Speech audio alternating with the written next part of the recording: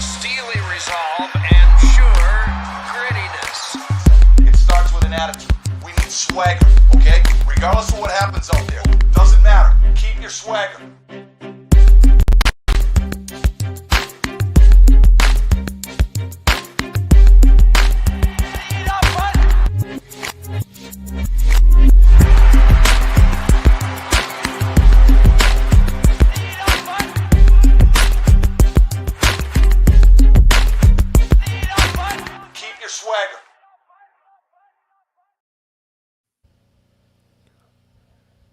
Hello, everybody, and welcome to the Five Hole Fantasy Hockey Podcast. We are your hosts tonight, Craig, Alan, and Jay. We are here today for your weekend preview and the Mailbag show. What's going on, boys? Welcome back to the pod. Good Lord, I love when TJ's been doing creative things. That intro video, now that we're doing live shows, is just...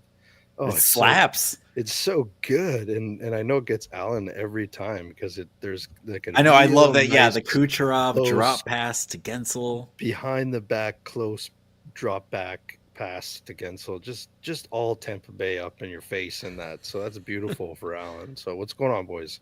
How are we doing? I did family pictures today. It's that season, man. It is that fall season, and you know Jay's got his parka up in the Great White North of Canada, so it's that fall season for Jay as well. Yes, it is certainly that season. We are, well, I think 33 days to Christmas, which is insane. 20 days to my oldest son's 6th birthday, and that means it's also... Oh man, I'm doing math on the fly here. Sometimes I'm not very good at. 28 days till my 39th birthday, because I am 8 days after my son's birthday. So we're getting to that heavy family time over in the Smith household. But well, like as we all know now, we are the Five Hole Fantasy Hockey team, and we are here tonight to talk your weekend preview, fellas. And then we do have some Discord questions to get to from the listeners as well in the mailbag. So why don't we just dive right in here? I usually have hockey in the background, so you know it's not there tonight because we're having some connectivity issues. So I just wanted to make sure I could be here with you guys tonight. So I haven't been able to get the TV on yet, so we're gonna do this just me sitting. Essentially, I feel like I'm by myself because I don't have hockey on in the background. So, but we'll dive in here. But let me do the housekeeping. As always, you know, follow us on Twitter/X. Find us wherever you get your fine podcasts, whether that's Apple or Spotify. Like and follow and subscribe and leave us 5 stars there. If you aren't in the Discord yet, please get your butt in there in the Five Hole community. It's over 2,600 strong and still growing. We definitely would welcome all newcomers to that community. All things fantasy hockey every day and all day. You'll find all 6 members of us from the Five Hole team in there, as much as we can be active and interacting with you, whether that's on the Five Hole Fantasy Hockey hotline, the Thursday mailbag, the hot takes, the rage room. There's multiple channels in there to talk with us and talk to your fellow fantasy GMs that are in the community, but join us there in the Discord. And then as always, if you are with us tonight on our YouTube channel, we appreciate you here with us live. If you aren't, we appreciate you anyways. Please subscribe, like, and leave us 5 stars. We still are on that journey to 1,000 subscribers. I'm not even sure where we sit. Do we have an update there, boys? Do we know what number we're sitting at from a YouTube standpoint? 550. Okay. So we've comfortably broken halfway to our goal this year. So please, if you are out there and an avid listener, you know, share that we do all our shows now live as best we can. In terms of the team's availability on the YouTube channel, and we are trying to get to that 1,000 subscriptions sometime this season. Hopefully we can achieve that goal, and it comes with your support out there in listener and watching land. Okay, housekeeping done and completed. Let us dive into the weekend preview as we are trying to lock up this week's fantasy victories. And fellas, I don't know if you guys have anything to share, but I think I shared this the last time I was on with you. It's been a rough go. We've had 2 strong weeks. I have 8 leagues this year. I think the listeners that have been around last year, I had like 17. So we're like cutting it in half. We're getting down. It's Jay's fault that I'm in a couple of other ones that I wasn't going to be in, and he pulled me in last minute. But we made some adjustments on the fly here with some goalies. I thought I would share this with Alan, and I know Jay will appreciate it, but TJ will also appreciate it. Some crazy person in my home league dropped Vinny Tro. So I sprinkled a little fab on that, and I got him. I also got Brock Faber in that waiver grasp. Now Faber is cooled off from his hot start with Mini, but you know defense was a little lacking, so I was happy with those 2 upgrades. We did go 5-3 in the last 2 weeks, so we've bounced back a little bit. Jay, your Super Bangers League, I'm still scraping at, I don't even know what we call it now, bumpy ice, but we're trying to get back in there the best we can in your crazy scoring world that you live in. All right, well, why don't we jump in here and let's help the people out there lock in their victories for this week. Well, hopefully lock in their victories for this week as we all continue to chase our matchups here on Wednesday evening. And why don't we jump into some headlines and injuries around the league and see, and then we can take it from there. So a couple of storylines we're following, and I don't know what you guys think. I got a few thoughts here. I guess the Jets are a wagon, boys. Like, they just keep winning. Velarde's even waking up a little bit over the last few games. He's not free skating as much. He's still not really shooting the puck a lot, but he's actually chipping in a little bit more offensively. He's still riding shotgun on line one, power play one. I don't know, boys. Any thoughts on the Jets? I don't know if Jay's old enough to get this reference, but they're the frickin' wagon train that's going to get you to Oregon, baby. Like, you floated across the river, axles break, like what they just keep trucking no matter who's got dysentery. There's no dysentery waiting? Okay. No, forget it. But and the scoring's coming from everywhere. Like, it's not just Scheifele, Connor, and Velarde doing it all. It's even Vlad Nemestikov, Tampa Bay legend, like, chipping in. I don't know. I guess the big question is, do they still look this good in February? Yeah, and that.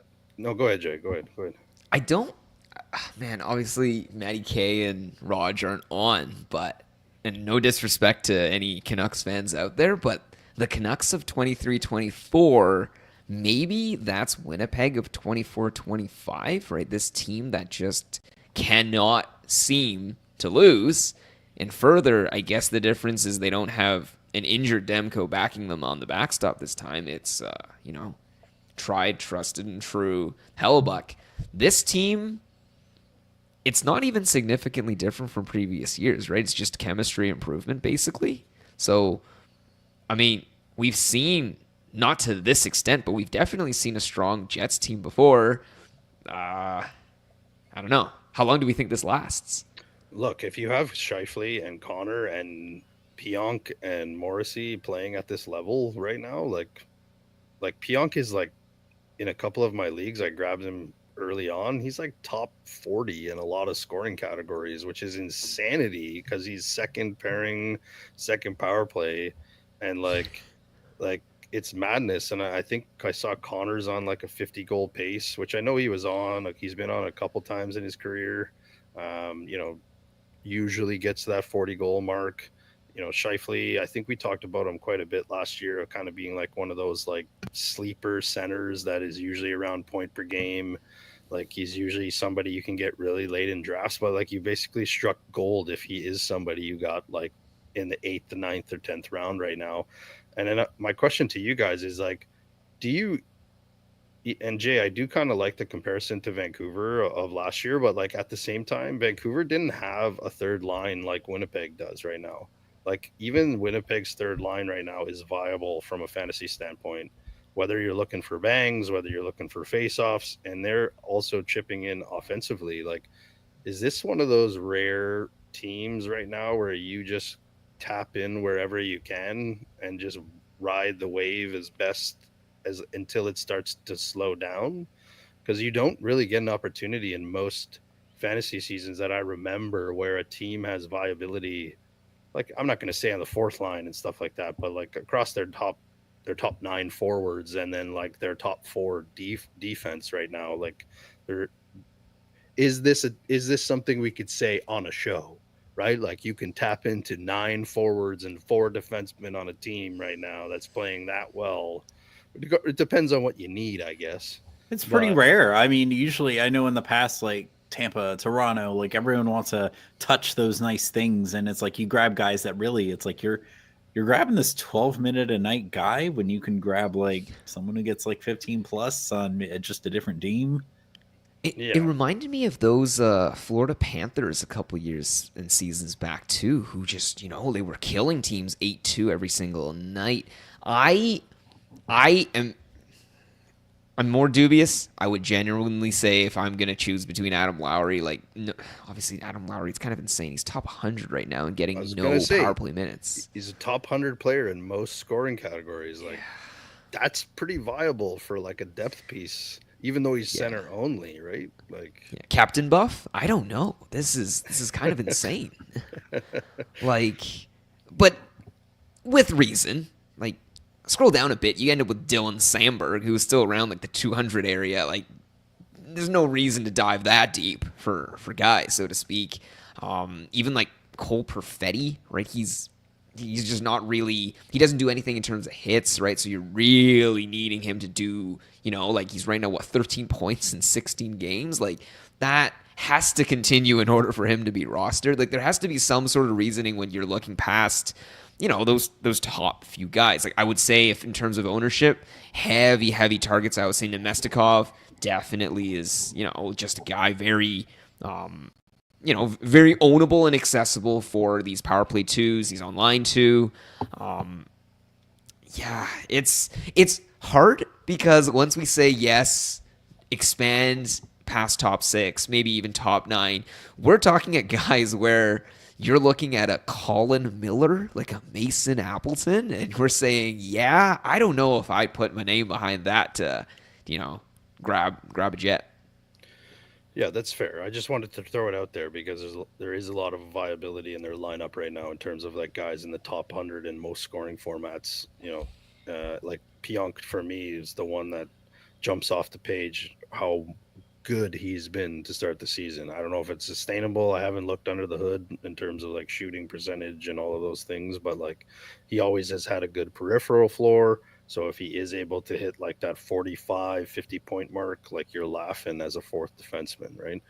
All right, well, let's move into a couple other points here. I don't know if this is to anybody's surprise. I don't know. I'm going to let you two take this one because, shocker, Kyle Dubas is, I'm going to put plan for anybody watching us tonight in quotations, isn't working. Their goaltending is atrocious. And he has now, apparently, there's reports out there, said that everybody is available, not including Sid, because they just extended him. I'm not sure how Sid is going to feel about this because he just signed an extension, if they're going to go into a rebuild. But to most people's shock, to nobody's shock, there is reports out there that Dubas has confirmed that they're going to enter some form of potential rebuild, partial rebuild. Again, the Penguins look awful. I think they look worse than they did to start last year because they were in kind of an ugly slide.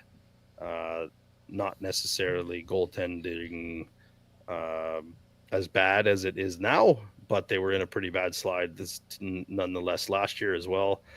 What do you think, boys? What kind of thoughts you got on the Pens here?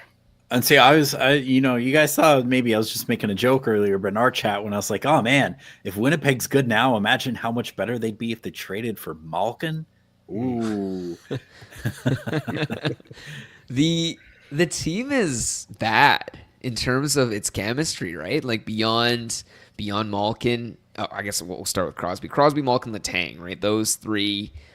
But we have seen championship trios break up. Like, sorry, Alan, just to bring it back up again, but it's not always forever in this league. Oh man, PT. Oh geez, welcome back. Oh man, it's always good. The big one I would say is that they have to get guys of value in terms of the pipeline. Like, they just genuinely have nobody coming up. Like McGroarty, all the memes about the guy that I'm sorry. But if he's getting that sort of run, please, Pittsburgh needs a little more. Like the kid is not going to last forever, and maybe that's what's needed. You need to break up some bigger names. Malkin is going to be an incredible trade deadline asset piece for any contender. And if you're trading at the contending deadline, so to speak, you're just not going to be able to manufacture the assets back compared to if you were, doing it preemptively, doing it early, trying to tank, so to speak.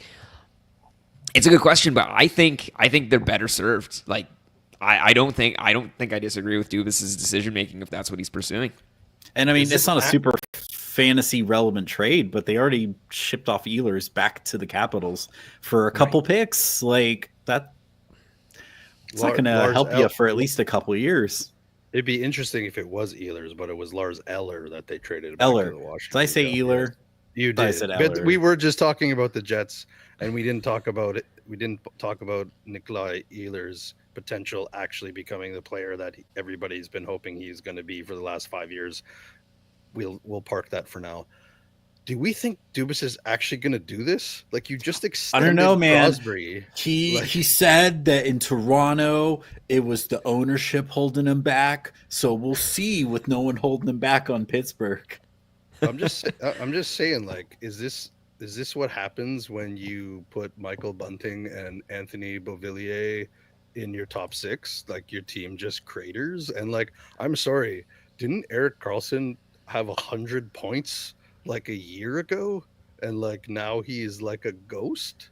He can't do anything. Like, and he's arguably playing with better players. I don't like, this can't all be goaltending and like pieces not fitting into a system. Like, I'm sorry, the Columbus Blue Jackets are playing better hockey than you right now. Like this is like Woof. this is like, even the Leafs weren't this bad when Dubas was around. Like, I thought this was like, this guy was supposed to be like your analytics darling who could find pieces to fit with, the big names and propel them above. Like, this is so bad. And like, you had your number 1 goaltender sent down for mental conditioning in the AHL. Like, what is happening? Like if you rebuild here, I don't know how Sid like doesn't say like, okay, cool, like I want to be part of this and like send me somewhere where I can win. Like, because if it's actually going to happen and they tear down and they get a taker for Karlsson, they get a taker for Malkin, they get a taker for Rust and Ricky, and you're not getting anything for Beauvillier or Bunting.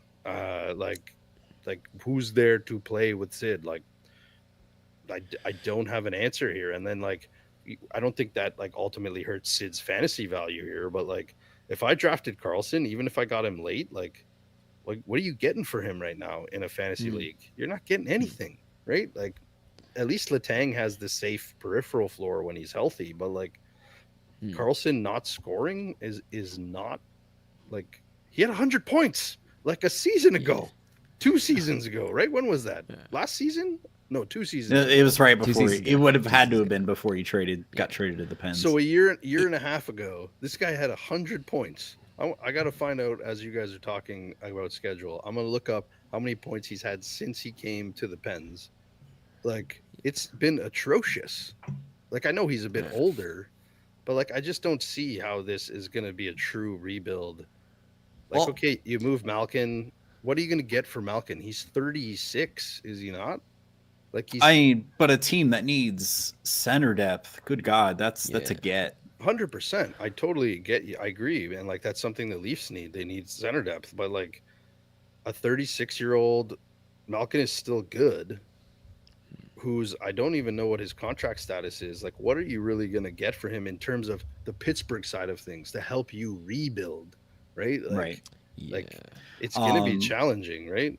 Well, So just digging yeah. up digging it up right now, it looks like he has, uh, he goes on UFA 2026. So he's there for Two the more years. yeah, this season and the next. Further, he's 39 when that happens, so he's a little bit older. Even he's 38 years old. I do think it's a problem with Pittsburgh. Just to unpack first and foremost, it's this team was just outside the playoffs, and then they went and added. Sorry, actually rephrase. I think they made the playoffs, got bounced in round one, and then they added Carlson. That was the premise to which they were understanding this team. This team would then obviously, quote unquote, if you're thinking adding superstars onto a playoff bubble, should have been competing for a division position. Now it's clear that the experiment's gone on for 2 straight years. This is, I guess maybe 1.23 years or however you want to phrase it. But looking now at the standings, we always talk about 20 games or 21 games as being this huge metric benchmark. Jersey's there, basically. Like, all the other teams still have like 5 games to play, but I guess Jersey just played all those games in Europe early. So they're pretty much there. Jersey's ahead. But all the teams right behind them, like in terms of games played, you have Toronto, you have Boston, Pittsburgh, right? Pittsburgh doesn't even have games to play. They played all their games, and they're currently second last in the division. So just on a standpoint, it's clear the Dubas experiment of, this bubble team adding a superstar on top has failed. It's not going to be this team that's, dominating the Met. So what are we going to do with our existing years remaining? I think in terms of blowing it up, maybe that is the way to go. Maybe if you take worse assets in return, but at least you open up the cap space, you open up a chance for your younger stars or younger prospects to gel. Maybe that's the only way Pittsburgh can move on. Now, in terms of fantasy relevance, does that mean we're telling managers to sell high on all these Pittsburgh guys that will inevitably become third liners in 4 months' time? You guys didn't want to say that the top 9 and the top 4 in Winnipeg were truly viable. I'm going to say this is not happening because you just re-signed your captain and your franchise player. You can't just now go back to him and be like, "Oh, sorry, Sid, we extended you for 3 years, but now we're going to go to even a blacker hole than we're already in, and you're going to lose completely. You're going to finish bottom third of the league for the rest of your time here. But hey, at least you get to retire a Penguin." Like, I just don't see that happening. I just don't see it. But let's leave it at there. We'll see what happens. We'll address it a little bit more as we get into it. I know Alan wants to get to Frank's question. Yeah, in the comments. right before we jump into injuries and stuff. I can see it in Alan's eyes that he wants to get to Frank's comments. And I just have a quick one because I saw this pop up, and then I'll let you guys take it. Frank, you're shooting your shot. If your a fellow GM in your league says yes, good for you. But your fellow GM should say no to this offer. But that it's up to you guys. You advise Frank. What we're talking about, Frank is he's saying I offered Natchez and Nason for Philip Forsberg and Montour, 11 team rotisserie with plus and minus hits.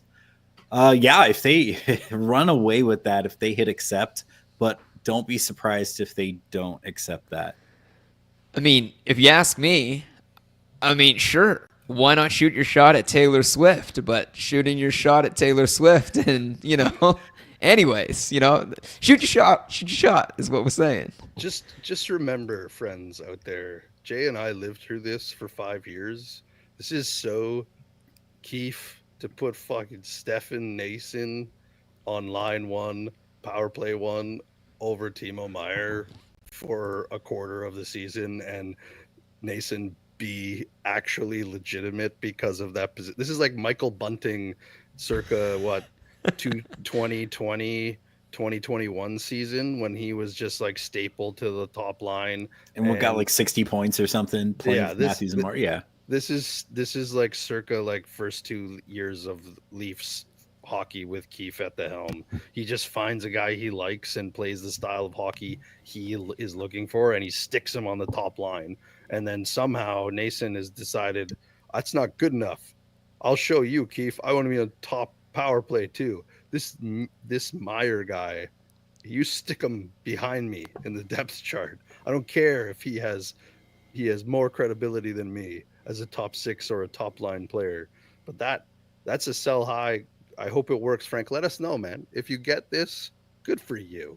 Because, I know Nashville's treading water right now, but Montour's chugging, like he's doing Montour things, and Dunn is still out.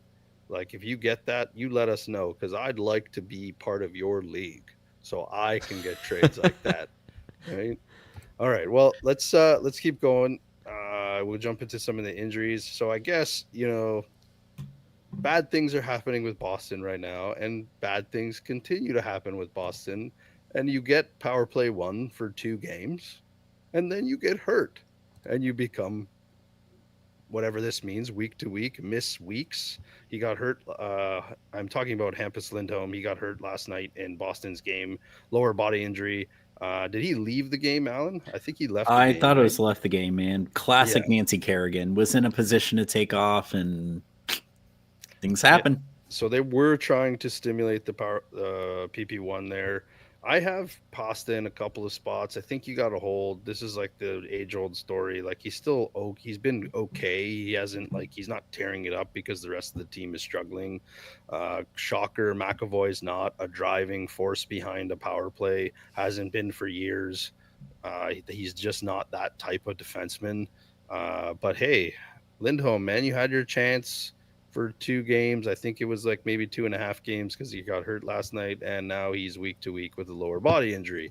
So I guess that gives a bump back to the McAvoy injury, not McAvoy injuries, McAvoy owners, because he'll be back on power play 1. Take that for what it is. He wasn't doing jack shit with that position. I think he early on in the got season. a goal in that most recent game. So that was like his first Okay. point in like 15 games. Okay, McAvoy getting a goal is like my kid's not getting sick from now till April. Like, it's like hoping on hope that it doesn't happen, but then it happens, and you're like, oh, I'm so shocked by this, but I'm not shocked. McAvoy doesn't shoot enough to be a goal scorer at the point, Alan. You know this. Oh no, yeah, I'm just saying, like, he's got a point now. He was probably just so jacked up. He got threatened. He's yeah. like, this guy tried to take my spot. I'm back. I'm just gonna throw one shot at the goal and see what happens. Boom, he got a goal, and I bet you he doesn't score now for another 15 games, right? Like, Boston looks not good. They aren't as deep as they have been, But even last season, we thought the same thing, and they did a whole lot more. It's true, with less. but I think now these pieces are showing that they don't belong at where they are, right? Like, if they could use some center help. I think, you're relying on Charlie Coyle, Pavel Zacha, Geeky, Lindholm. Like, they're all peripheral, line 2, line 3 centermen. Like, they're just not upper echelon like the Bergerons of the world that used to be there. Right? Yeah. All right. So Alan, let's hit this one, buddy. Tell me what's going on with Point. Yeah. So still in a couple of leagues. He's still hurt. He's still out. Yeah. Right? Still no timeline on Braden Point, who the only answers you can kind of get, or is he's just taking one game at a time. Like, no timeline, no nothing. He's been out since the 5th. I think the last thing I ever heard with the injury was that he was seen on the bench, like, holding his groin. So if it's a sports hernia, like, that's not really not good, because our center depth is very exposed in Tampa. I just brought it up, and I was like, okay, cool. Who does that give a bump to? Nobody? Sorelli. Nobody?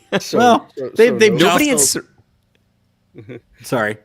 No, go ahead, man. I was gonna say, they've jostled those 2 lines around. I think it was like Hagel, Sorelli, Kucherov, and then Gensel, Paul, and I forget who's on the right wing there. Atkinson.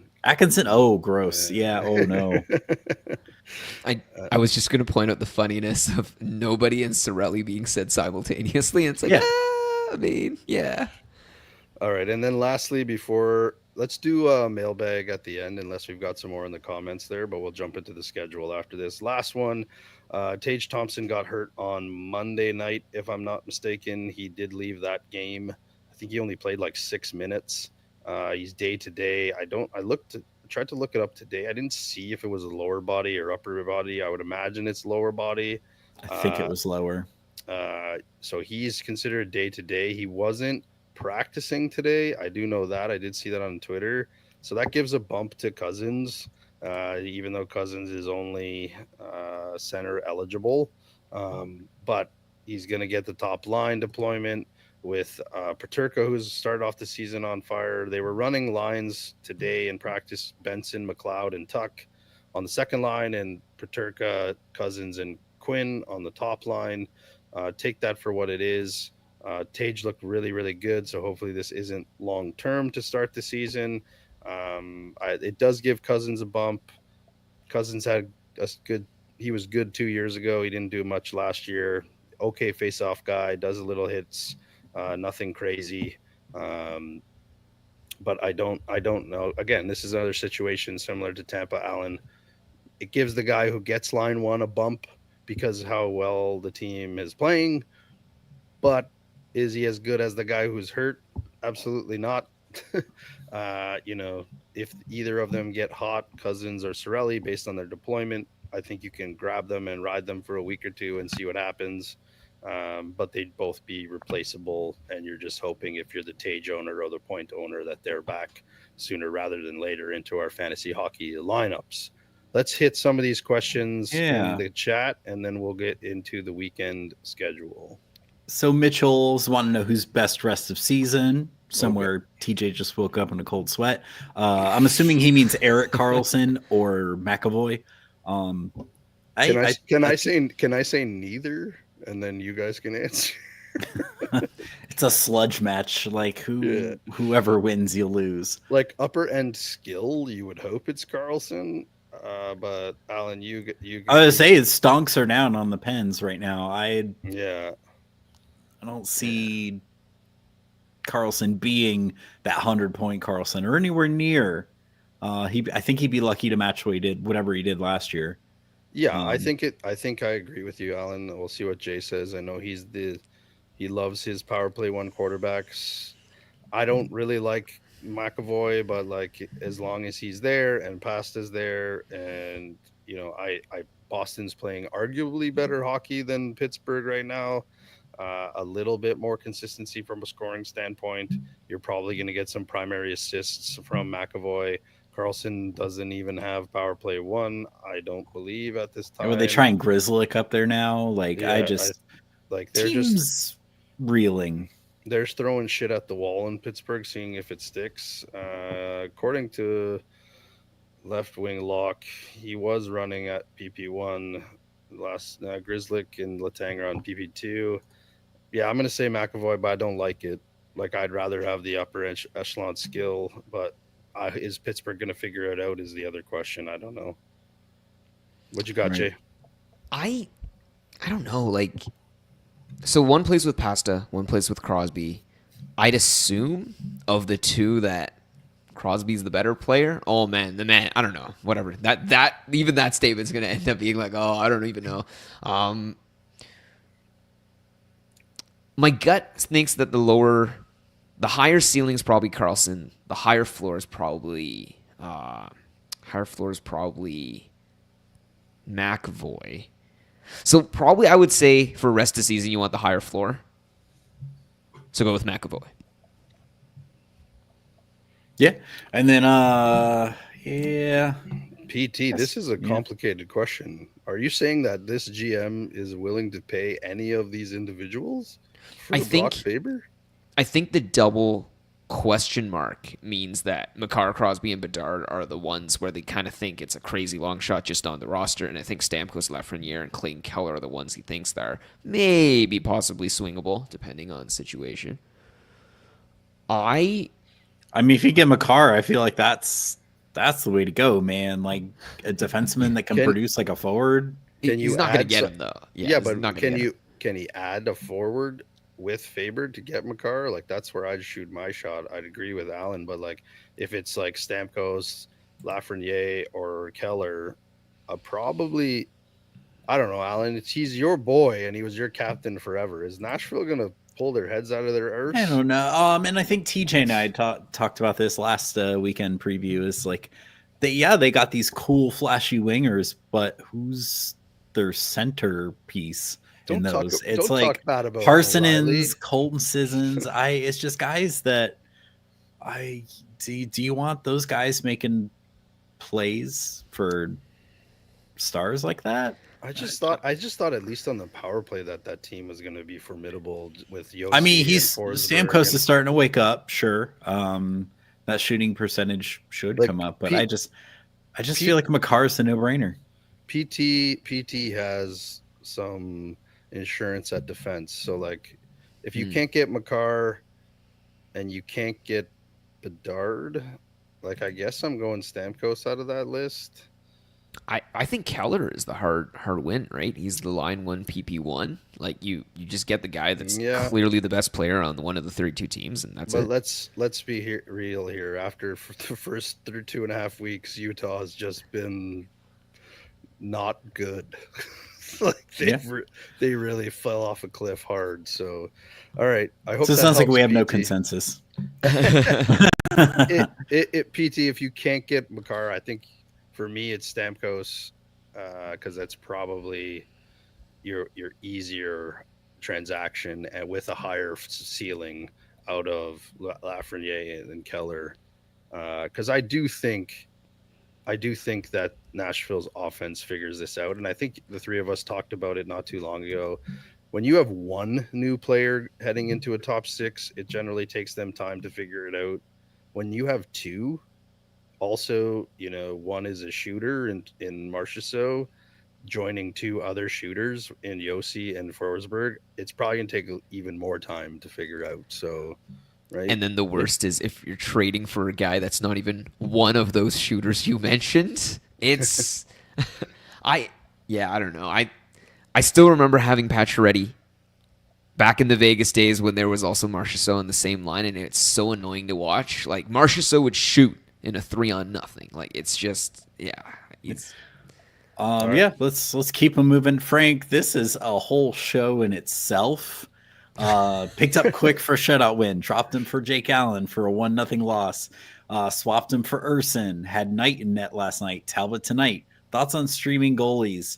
Exhausting is what oh my god, Jay read my mind. I'm like, I'm already tired. Yeah, like, this is kind of that's a lot of work. This is kind of TJ's case for, this is the price you pay by playing 0G. You are now playing catch up every night, trying to get all these, I don't know if you're chasing points, categories. This is the price you pay.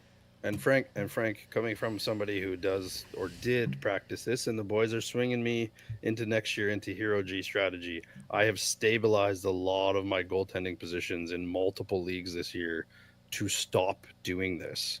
So my recommendation to you, out of those guys, if they're all available and you have another like stalwart goalie in your other spot, which I hope you do if you're streaming the other spot like this, and Alan's not going to like this, but like I'm out of those guys, if that's what's available on your waiver, like take Talbot and hold him, right? Like take the good and the bad. He's playing well as your second goalie. If you have a stalwart guy in your first goalie spot, which I imagine you do if you're streaming like this out of your second one, just rest easy, my friend. Just take the 1C, 1B guy and just plug and play, right? And just let him be there, right? So that it's not as exhausting. Well, let's make this the last one before we move on here. CG, What is up with Wallman? He's hurt. And if the rumors are true before they confirm the injury, it sounds like he pissed off the coach in practice. I think it was he got hurt and then he missed like rehab for that injury. That's what it was, and that's why he got scratched. And I think as far as I know, injury is what's wrong with him. But guys, do we think Liljegren though has seized that top power play at all? Like, even if Wallman comes back, No. No. Okay. All right. No. I mean, you guys would know more about him as a prospect than I would, but it just seemed like the second he got there, it's like, yo, baby, it's your They're- power play. They're gonna run once Walt. Oh god, like he is. I just want to tell everybody this about Timothy Liljegren.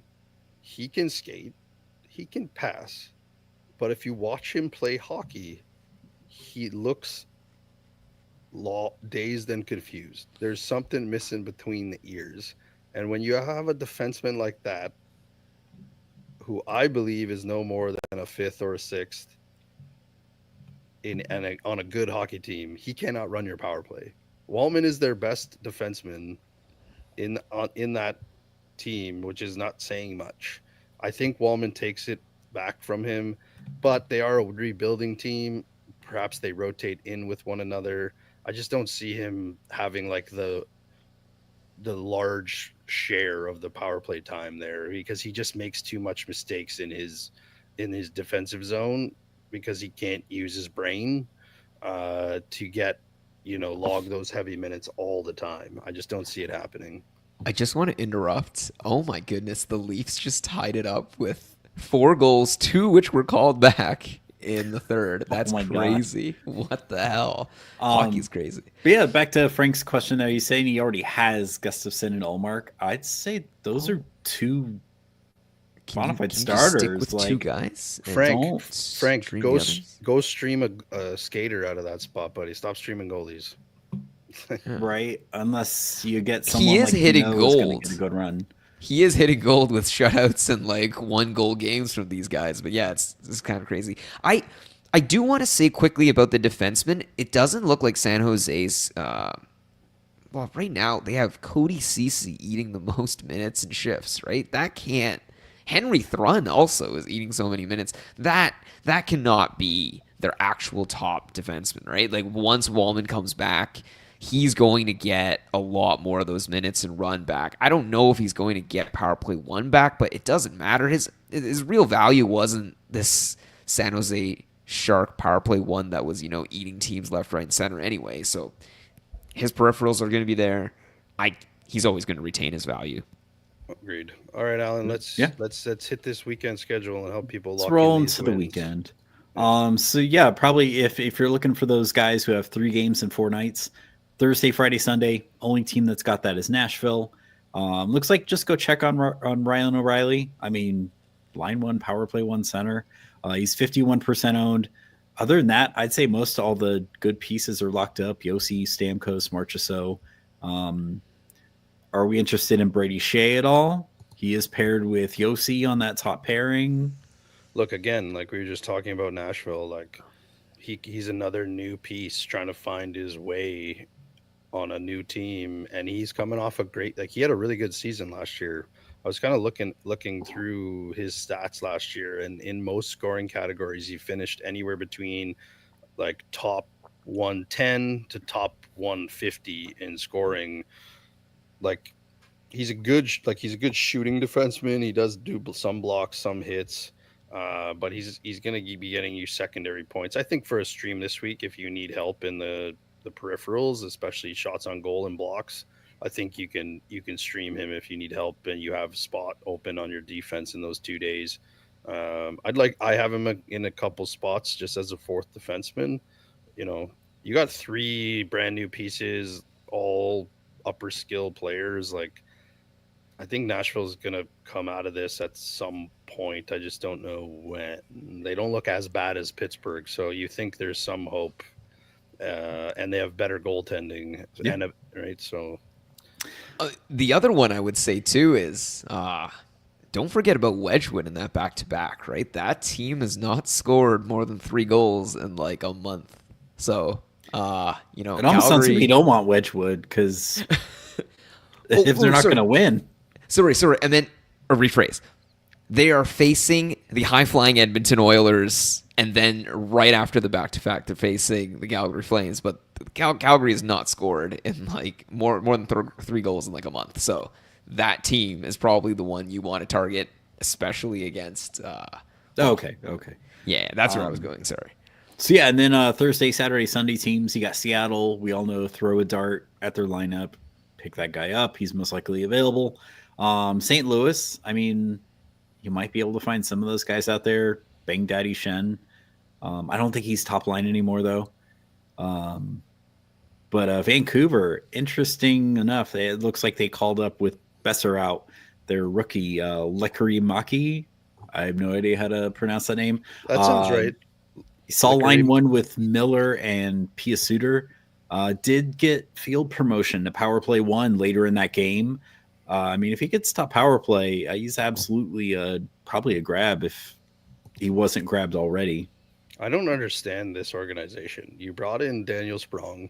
You sent him on waivers for this future considerations guy. You brought in Jake DeBrusk. You hate him. Are not giving him more than 14 minutes a night or any power play one time, and then you bring in your top prospect with an injury to Besser, and he just supplants DeBrusk. And I almost wonder if they just see what Boston saw. Where it's like, cool, you might be able to do top line for a little bit, but you don't stick there. Maybe Pettersson's problem is not his skill level or his compete level. Maybe it's the pieces around him other than JT Miller. Okay. Like, there was that one video piece though that like completely annihilated Daniel Sprong's game, and it basically said he's essentially like an offensive juggernaut with what he's capable to do, and it is completely canceled out with the absolutely pitiful defense that he plays. And it was criminal what they were showing over and over in his defensive lapses. And that guy probably needs to just play every power play and just not touch the ice aside from that. But moving into Friday, Sunday, that sweet spot, we got Vegas. Actually, some of these guys were surprisingly more available than I thought. I'd say, unless you guys think totally different, I think Dorofeyev is probably the guy you want. Line 2 with Hurdle, but power play 1. He's been there ever since Olofsson went down. He's been good too. William Karlsson's back. He's center only, but you should be able to fit him in on those 2 nights. But 36% owned.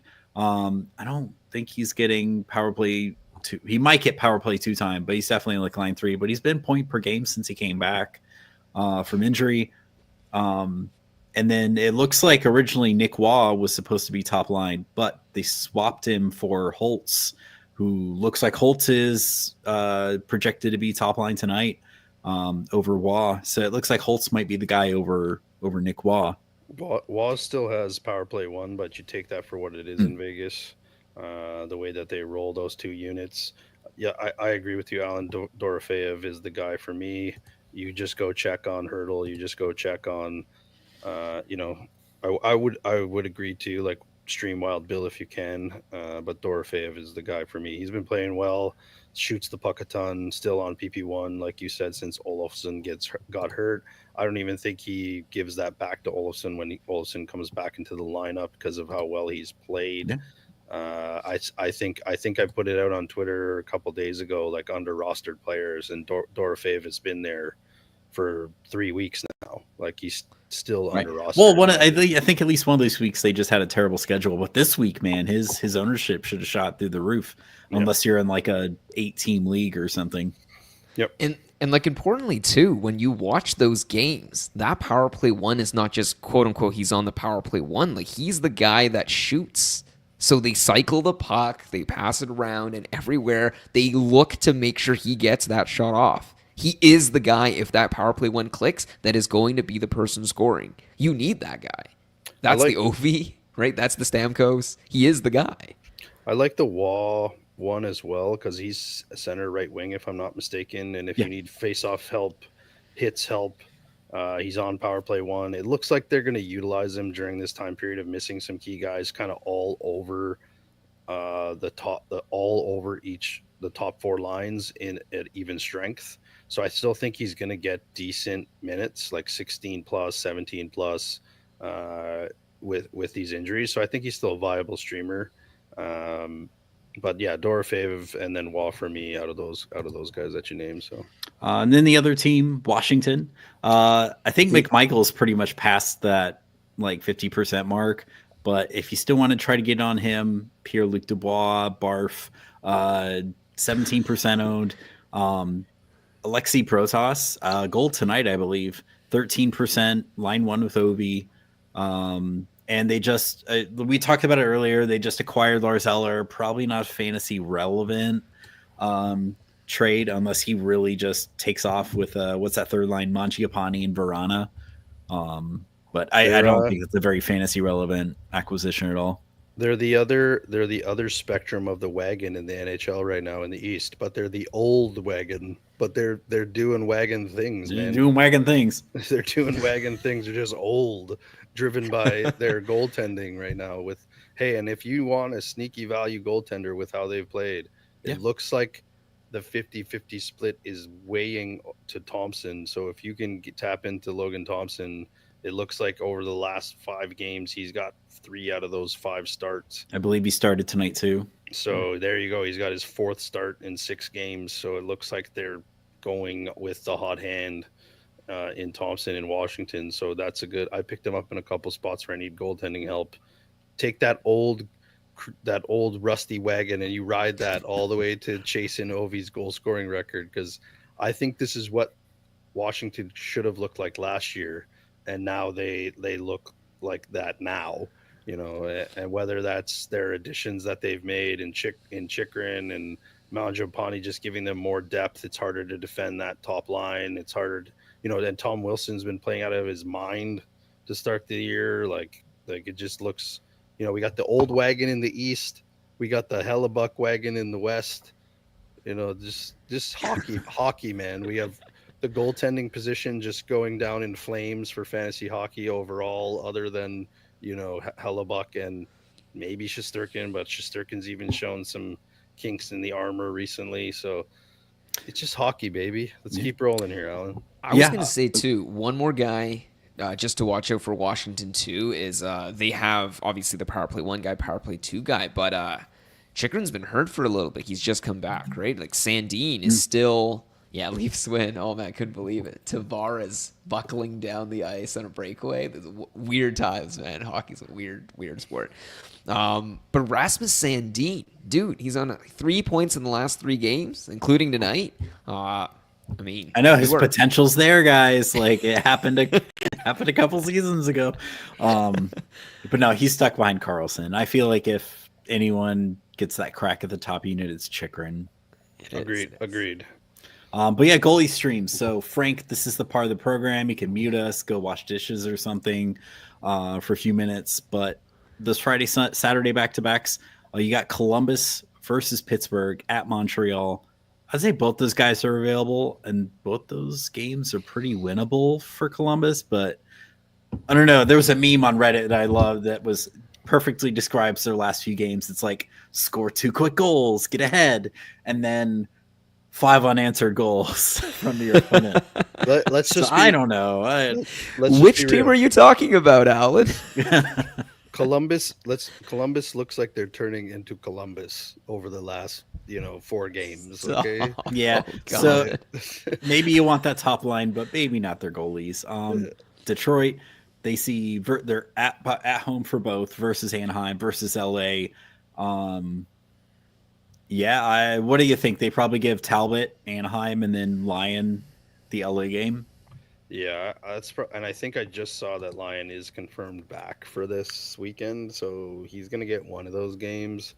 Again, like we go back to Frank's question, like if I have an opportunity to get Talbot, I'm just gonna take him at this point. And if I'd like to have 3 goalies, he'd be my 3rd or my 2nd.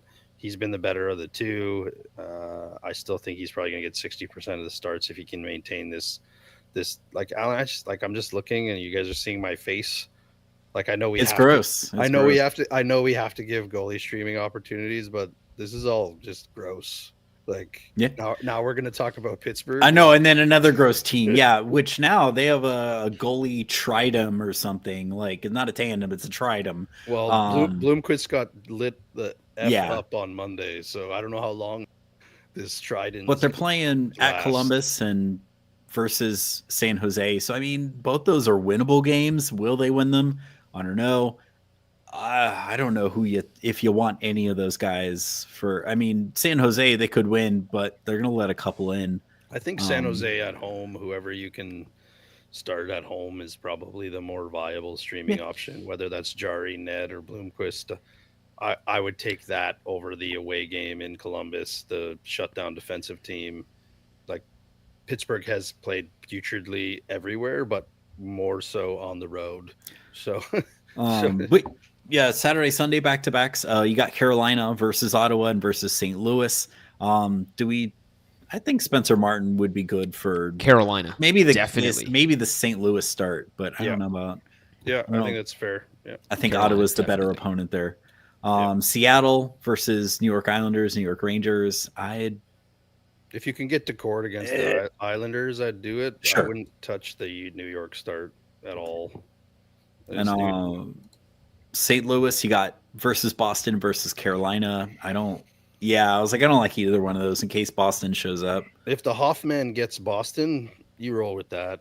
If you're a Binnington owner, which I am in one league, you just pray that Carolina doesn't light them up, because you never know which version of Binnington's going to show up. Is it the 950 and 2 goals on 45 shots, or is it the 6 goals and 7 shots in the first period and then he's on the bench? So and then I will say for St. Louis, I think we probably want Hofer versus Carolina. Carolina's 9-1 in the last 10, but then Carolina just peppers the net, right? You want that value. You want the guy that sees so much rubber, right? Right. And then the last one, Vancouver versus Chicago versus Nashville. Maybe Shelov's against Chicago. I don't. Hopefully, you already picked up Lankinen at some point, but Shelov's might be good for Chicago there. But I guess real quick, next week prep. The big thing here is Washington has a back-to-back Sunday to Monday the following week. So if you pick one of those guys up, you can get 3 games in 4 days out of it, and you save a stream for next week. But yeah, before we get into the mailbag here, one more question from CG. He's got Aho. He is displeased with Aho. Who do we think he could trade him for? I don't know. I think, Jay, we were talking about this kind of before the show. I mean, maybe for fantasy relevance, Kopitar and Aho aren't too far apart. Maybe. I don't know, Craig. You just got that blank stare. Hopefully you're not frozen. He actually might be frozen. So I don't know. I don't know who we think for Aho would be decent value. I think in terms of Aho, like I don't like being on that side of, I guess, grabbing a guy of equivalent value, but also grabbing the older dude. So I don't know if I would trade Kopitar for Aho, so to speak. Sorry, trade for Kopitar and give up Aho. CG Meyer on a milk carton. Finding Timo. Was that just a reference? No, he's just that Parataran can attest. It just sounds like Keefe does not like using Timo to what he could be. Gotcha. But Aho, I don't know.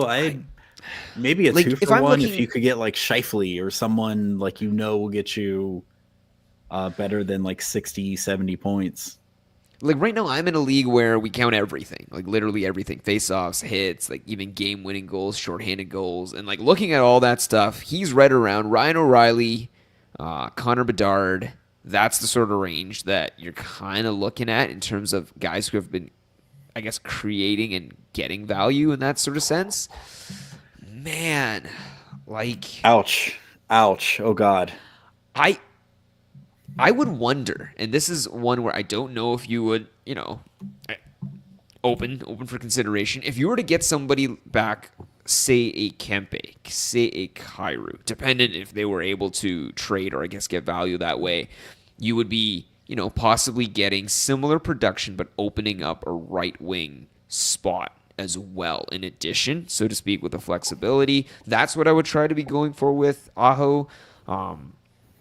I think maybe Kempe and Kairu are kind of the guys that I would think in that sort of range, but they offer positional flexibility in addition. But last one from Frank before we get to mailbag. Best guess when Demko would be back. Lankinen is available. You know what? I mean, yeah, there we go. There is your third goalie. grab Lankinen, like, because he's going to get a majority of the starts, and he's actually earned those starts. If you want a third goalie for right now, and then see who is available when Stemco comes back, great, yeah. But as far as the timeline, I don't. It sounds like he's practicing a little bit, but Is there a specific timeline? I don't think. I don't so. think there is still. I think it's just he's been practicing with the team lately. I don't even think it'd be a surprise if you got to Christmas and they still didn't have a very clear timeline. Yeah, right? and it's just like if Lankinen's actually keeping them in the playoff picture, keeping them afloat, why rush him back? it would still be a tandem even if that happens. They want Demko to be healthy come playoff time. Lankinen's played too well. Lankinen's played too well for them to rush Demko back at this point, anyways. Yeah, and agreed. I'm back. By the way, my computer crashed. You guys literally just went into like the abyss of silence. Yeah, I was like, he's not moving. He's really not moving. But yeah, let's go to the. Hold on. We got it. Let's go to the mailbag. You've got mail. Mailbag. All right, let's jump into the mailbag together and take a little swim around these Discord questions. Start with D. Steve on the Discord. He's asking us, boys, should I drop Annunen for Gorgiev or a forward? I also have Sorokin, Decord, Lankinen. Okay, well, you can drop both and don't even think about picking up for Giev. It's a 10-team points league. Good players available: Velarde, Peterka, Norris. He's worried about Demko's return, and he feels Gorgiev good insurance for Lankinen. No. I'm just going to say pick up Peterka. Don't worry about the Avalanche goalies. You can probably in a 10-teamer, you can pick up Annunen later if they start playing better. Like, they have no loyalty and no reason of any loyalty to any of those Avs goalies. And Noonan is the one guy they would possibly have. Oh my God, there we go. A Noonan. What the hell am I saying? Annunen? Noonan. I don't know. Christ. Let's just call him orange. Let's just call him what the Avs subreddit calls him, Juice. There is no reason for any of their goalies to get any loyalty aside from Juice, and even then they're not loyal to Juice. So Bednar will not commit to any of the goalies, neither should you. He's playing 0G in real life. They're playing 0G in real life. I think you know, you have three good goalies. We just talked about Demko not really clear timetable. I agree with Jay and Alan that I don't think they rushed Demko back. Lincoln playing well enough to keep them kind of in the playoff. I think you probably see around Christmas or after Christmas use that extra slot forward, you know. Yeah. And Peterka or Norris out of the three that you listed. I still think Velarde's doing way too much free skating for me even to have like value, even if he's been a bit hotter like as of late. So but yeah, next one. All right. Next question from Rook on the Discord. Are we worried about Seth Jarvis with regards to his sudden injury and third line usage? I don't think we know what the injury is. So I didn't even know I didn't know. Yeah, he's been out. I think this is his second game he's missed tonight. Okay. I don't know. Injuries don't worry me as much unless it's like Mantha, where it's like, oh yeah, he's done for the season. Third line usage though. What's the third line in Carolina really like? I think TJ was touching on this in Tuesday Trends this week.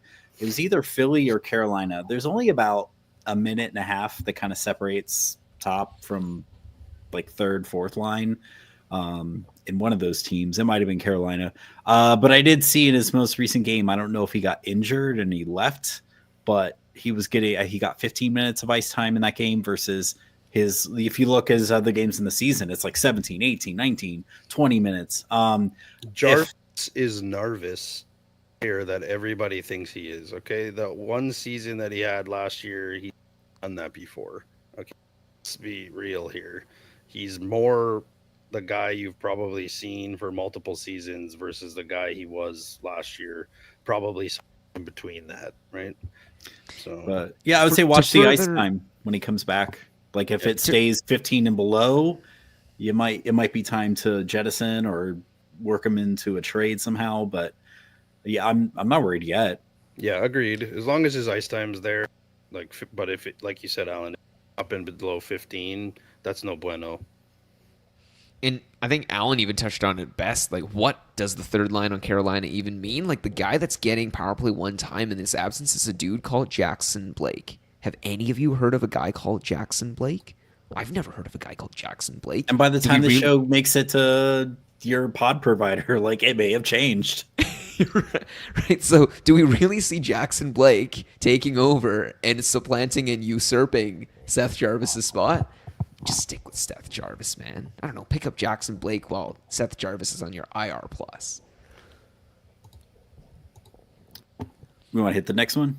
Yeah, let's hit the next one. Well, it's two questions from the same person. Okay, so Aaronk, I'll drop both questions and then we can answer them together. Aaronk from the Discord. Roslovic obviously is a good stream for the week based on his performance and the schedule Carolina has. However, how reliable do you think he plays out after this week? In other words, will I regret or might be hot? You will not. Also, Eriksson Ek, can you guys give me a rundown on his value and performance as of late? Go. So Roslovic, it's weird seeing him be fantasy relevant again. So I would say with the deployment he could get in Carolina, this would just be kind of like the way he was in Columbus, where it's like, cool, he's doing top line stuff this week, getting a couple goals, awesome, and then falls off the face of the earth. I could absolutely see a repeat of that here in Carolina, especially with that coach. But Eriksson Ek, Roslovic first. I think no. If you move on from him after this week, you're not going to regret it long term. But Eriksson Ek, I was kind of looking a little bit under the hood before the show. Second line with Boldy and Marcus Johansson, infamous cardio bandit. So Boldy's like his best line mate there, but his shots per 60 were down significantly so far in the season. I think it went from I think he was like a little over 10 the last couple of years down to like 7.7. So yeah, you're shooting less. That's really not good. And I think his power play IPP was down, but other than that, everything is like right in line with who he is. So it's really, I think he's just missing that really prime deployment he was getting last year. But yeah, I'd like to see that shot rate come up. Yeah, look, I totally agree with what you're saying, Alan. Like Roslovic is a flash in the pan player where you can ride him when he's getting top line, top six deployment, and he's hot. You're not going to regret him. Isn't this his like fourth team in 4 years or fourth team in 5 years? Like something like that. This is a guy that doesn't seem to be able to stick on an NHL team and in a top six role. So like, take that for what it is. He's just going to kind of be a guy. I don't think you're going to regret him at any point in streaming him when he does have prime deployment. As for Joel Eriksson Ek, like Minnesota's cooled down a little bit. I think everybody he is at this. I thoughts on goal, Alan. You hit it on the head. Little concerning that those are down. However, that's not his role in Minnesota, right? Like his role is to get Kaprizov and Boldy the puck, and the way that both of them have played to start the season, I think that's why you're seeing the decrease in shots on goal so significantly, is because those guys are rolling, and it's like get them the puck any way you can. So see Eriksson Ek more in that distributor role than he has been in the past. Also plays a very significant in their defensive play as well as their lockdown shut center, because that is not Marco Rossi, right? So I think you're seeing a combination of things in Minnesota.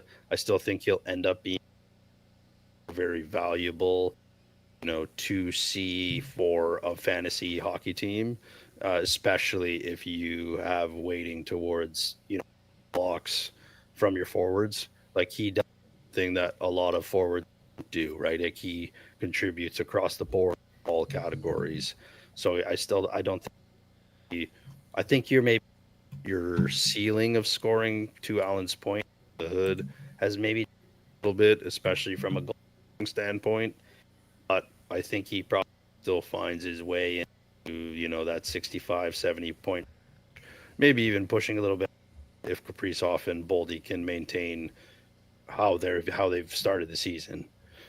Let's see. There we go. Whoever it was who asked earlier, Forgiev has already let in 2 goals on 8 shots. Oh, good. Sweet. Is this? Who are they playing tonight? Kings. Oh, Okay, God. oh, good lord. And I'm gonna say too, like that phrase about Roslovic is worth touching on. Is how, I guess, rephrase. Will I regret dropping him for whoever might be hot next week? I think this mindset is like huge into human nature, but it's just part of fantasy. You're gonna end up dropping a dude like that one season where I dropped Vinny Tro and he finished like top 18. You are going to end up like that in that situation. But if you held on to Roslovic and he came true like 5 weeks later, but you lost like 3 of the next 5 weeks because of it, who cares? Yeah, the LA Alexi for years. Hey, and for those that are going to stream off take on Washington for next week, Protas, goal and assist tonight, 4 shots on goal, 17 and a half minutes. That's a very nice for a guy that's actually available on the old wagon from the East. I don't know, boys. Any closing thoughts before we wrap this bad boy up on how you lock up those W's for this week? No, let's hit that outro. Yeah. All right, everybody. Thank you very much for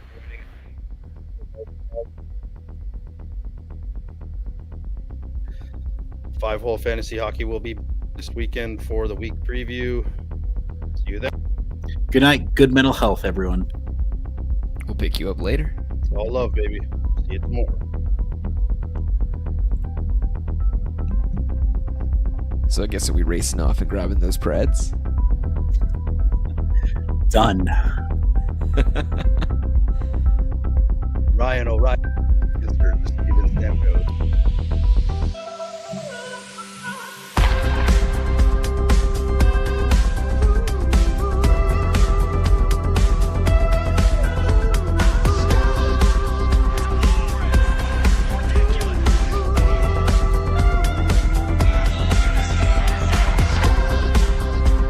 Powdered sugar.